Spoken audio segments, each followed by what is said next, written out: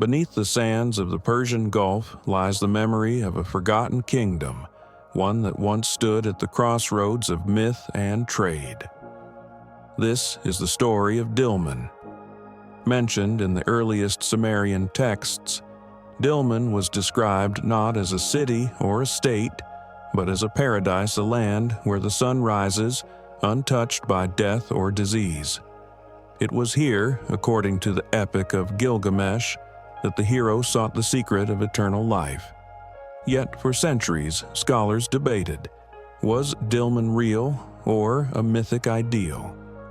That question began to shift in the 20th century, when archaeologists uncovered ruins on the island of Bahrain, massive burial mounds, temple foundations, and seal inscriptions bearing the mark of a prosperous, organized society. Radiocarbon dating and material evidence trace the site back over 4,000 years, aligning closely with the timeline of ancient Mesopotamian records. Trade goods unearthed from the Gulf included copper from Oman, lapis lazuli from Afghanistan, and grains from the Indus Valley, suggesting Dilmun may have been a powerful hub in a vast Bronze Age trade network. And yet, much remains unknown. No monumental texts, no royal tombs, no records of conquest or collapse. The people of Dilmun left few clues about who they were, what they believed, or why their civilization faded. Was Dilmun merely a port of convenience or something more, a spiritual or cultural link between distant empires? In the desert silence of Bahrain's ancient burial fields, the kingdom waits its full story still buried, just beneath the surface. It begins with a story told over 2,000 years ago of a powerful island nation lost beneath the sea. This is the enigma of Atlantis. First described by the Greek philosopher Plato in the dialogues Timaeus and Critias, Atlantis was portrayed as an advanced civilization, technologically sophisticated, militarily dominant, and spiritually degenerate. According to the narrative, the Atlanteans, once noble, grew corrupt and sought to conquer the known world. In response, the gods punished them. In a single day and night, Atlantis vanished into the depths of the ocean. Historians have long debated Plato's intent. Was it a cautionary allegory about hubris? Or was it rooted in historical memory, perhaps inspired by real events like the volcanic destruction of Thera and the decline of the Minoan civilization? Over centuries, Atlantis has been linked to countless locations: the Mediterranean, the Caribbean, Antarctica, even beneath the ice of Greenland. Sonar scans, underwater ruins, and ancient maps have all been presented as evidence, though none conclusively point to a singular lost continent. Modern geology offers no proof of a sunken landmass in the Atlantic. Yet the idea persists, fueled by cultural fascination, speculative archaeology, and enduring unanswered questions. If Atlantis was real, what advanced knowledge might have been lost with it?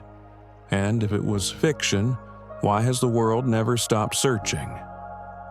In the silence of the sea and the shadows of history, the legend of Atlantis continues to echo just beyond the reach of certainty. There is a name whispered in the margins of science and myth, a vanished land said to have once bridged the oceans. This is the mystery of Lemuria. In the 19th century, zoologist Philip Sclater observed a curious puzzle. Lemur fossils appeared in both Madagascar and India, but were absent from Africa and the Middle East. To explain this, he proposed a lost continent, Lemuria, once spanning the Indian Ocean.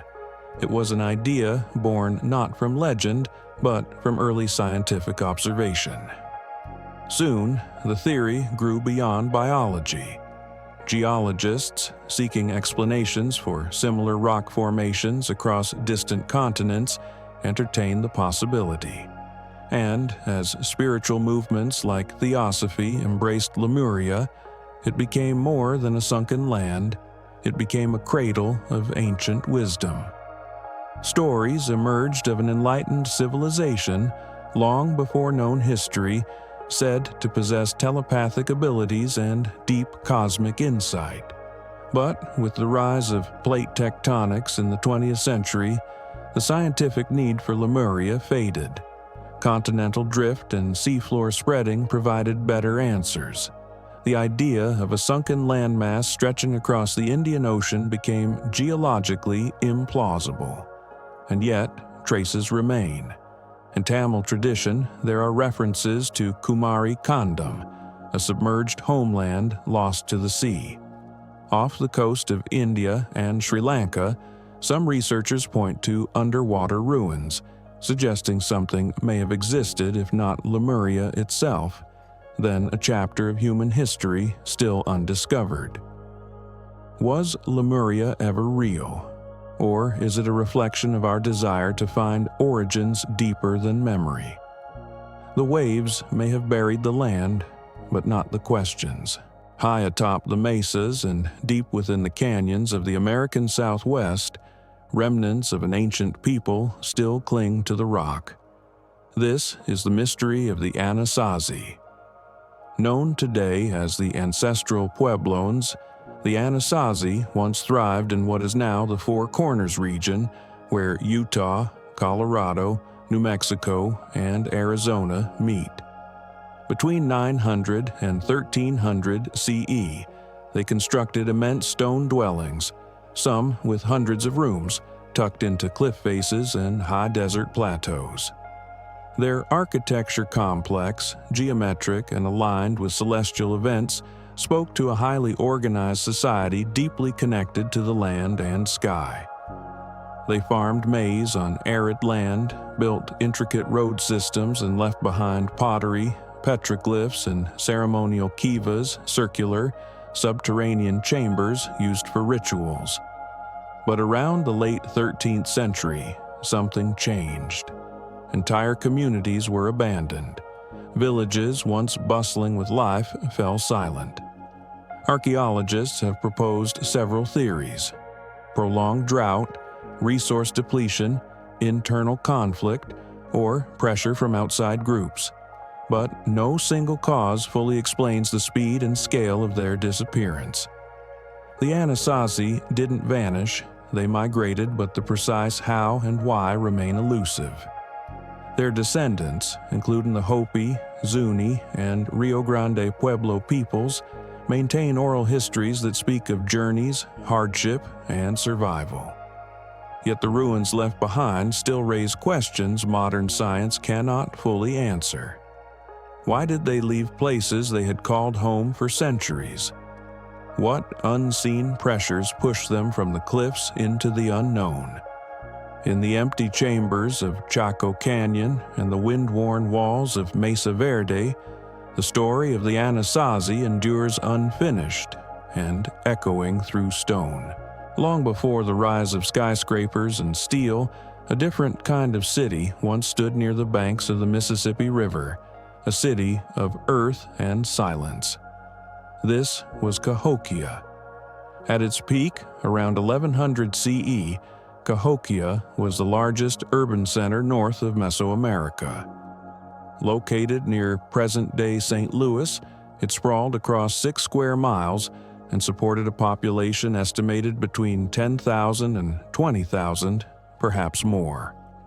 The centerpiece was Monk's Mound, a towering earthen structure over 100 feet high, constructed by hand using millions of baskets of soil.